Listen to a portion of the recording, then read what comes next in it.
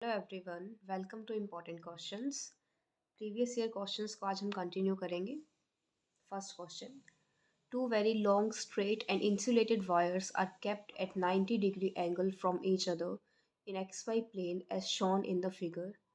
दो long straight insulated wires हैं हमारे पास, जिनको 90 डिग्री पे रखा गया है, एक दूसरे के 90 डिग्री एंगल पर, परपेंडिकुलर टू ईच अदर, जैसा फिगर में दिखाया गया है। These wires carry current of equal magnitude I. दोनों wires में same current flow हो रहा है, whose directions are shown in the figure. Directions आपको figure में shown है. The net magnetic field at point P will be. Net magnetic field आपको find करना है P point पे. Magnetic field at point P. Net magnetic field at point P will be magnetic field due to vertical plus magnetic field due to horizontal.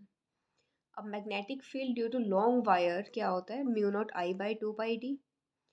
Vertical wire के लिए magnetic field की direction होगी minus k cap. आप thumb को रखिए current की direction में, curled fingers जो हैं वो किस तरफ होंगी, माइनस के कैप डायरेक्शन में, माइनस जेड एक्सिस में। और हॉरिजॉन्टल वायर का मैग्नेटिक फील्ड मैग्नीट्यूड सेम होगा, mu naught I by 2 pi D, क्योंकि सेम करंट फ्लो हो रहा है।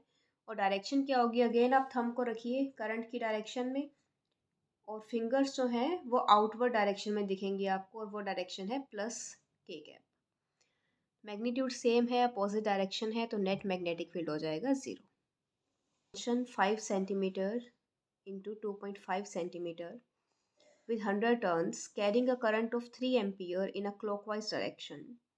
एक रेक्टेंगुलर कॉयल है जिसके डायमेंशन आपको गिवन है और 100 टर्न्स गिवन है, और करंट कैरी कर रहा है क्लॉकवाइज डायरेक्शन में, is kept centered at the origin and in the xz plane। और उसको ओरिजिन पे रखा गया है x और z प्लेन में, xz प्लेन में। A magnetic field of 1 tesla is applied along x axis. और मैग्नेटिक फील्ड अप्लाई किया गया है x एक्सिस की तरफ। If the coil is tilted through 45 degree about z axis, then the torque on the coil is. अब coil को tilt कर दिया है 45 degree about z axis, then the torque of the coil is, coil पे आपको निकालना है torque.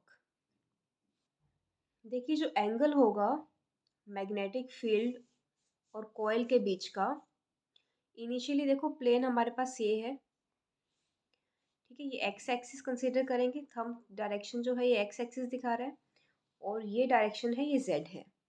अब हमें जेड एक्सिस के अबाउट 45 डिग्री रोटेट करना है इस तरह से, ठीक है, ये 45 रोटेट कर दिया हमने। अब मैग्नेटिक फील्ड किस डायरेक्शन में है, एक्स एक्सिस में। मैग्नेटिक फील्ड एक्स एक्सिस में है, 45 डिग्री हमने रोटेट कर दिया, तो एंगल हो जाएगा 45 डिग्री। तो एंगल जो एरिया वेक्टर और मैग्नेटिक फील्ड के एंगल कंसीडर करेंगे that will be 45 degree. Turns 100 है, करंट 3 एम्पियर, कॉइल जो है एक्सजेड प्लेन में है, डायमेंशन गिवन है, magnetic field 1 tesla along x axis. Torque find करना है, टॉर्क का फॉर्मूला होता है M cross B, M magnetic moment, N I A B sine theta. Okay, theta कितना है 45 डिग्री, अभी देखा हमने। वैल्यूज पुट करेंगे सिंपल, 100 इंटू 3, एरिया क्या होता है कॉइल का, ए क्रॉस बी, रेक्टेंगल का एरिया क्या होता है ए क्रॉस बी, तो दोनों साइड्स गिवन है, इंटू 10⁻⁻², सेंटीमीटर में है मीटर में कन्वर्ट करेंगे, इंटू 1 मैग्नेटिक फील्ड, साइन 45 की वैल्यू होती है 1/√2।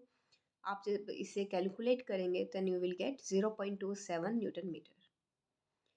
Next question, rigid square loop of side A and carrying current I2 is laying on an horizontal surface near a long current I1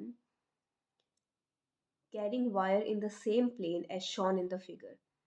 The net force on the loop due to the wire will be। देखिए एक current carrying wire है आपके पास और एक loop है, तो wire की वजह से लूप पे क्या होगा नेट फोर्स, वो फाइंड करना है आपको। We know that force due to current carrying wire is IBL, ठीक है, and force per unit length is mu naught I1 I2 by 2 pi d. I1, एक I दिस वन और एक I जो मैग्नेटिक फील्ड के अंदर आएगा, I1 I2 by 2 πd। D क्या डिस्टेंस है, करंट, और हमें पता है कि करंट इन सेम डायरेक्शन, दो पैरेलल वायर्स हैं आपके पास, सेम डायरेक्शन में करंट फ्लो हो रहा है तो अट्रैक्शन होगा, फोर्स अट्रैक्टिव होगा। Current in opposite direction then it will be repulsive. तो एफ नेट क्या होगा due to F1 plus F2। अब देखिए डायग्राम में देखिए, जो हॉरिजॉन्टल वायर्स हैं उनकी वजह से फोर्स ज़ीरो होगा क्योंकि वो इस वायर के परपेंडिकुलर हैं। जो दो वायर्स पैरेलल और एंटी पैरेलल हैं उनकी वजह से फोर्स होगा। F1 होगा इस डायरेक्शन में क्योंकि दोनों का डायरेक्शन करंट का अपोजिट है तो रिपेल करेंगी। और F2 सेकंड वायर जो है इसका फोर्स होगा टूवर्ड्स द वायर क्योंकि सेम डायरेक्शन में है करंट, तो फोर्स अट्रैक्टिव होगा, अट्रैक्ट करेंगी। तो F1 plus F2 F net निकालेंगे हम,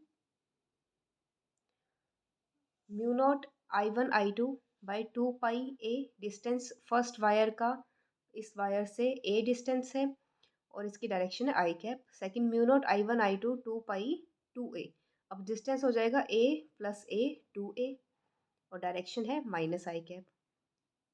तो नेट फोर्स निकालेंगे सॉल्व करके, तो this will be the net force, और डायरेक्शन होगा और फोर्स का नेचर होगा repulsive. So if you find my channel useful, then please like, share and subscribe. Thank you.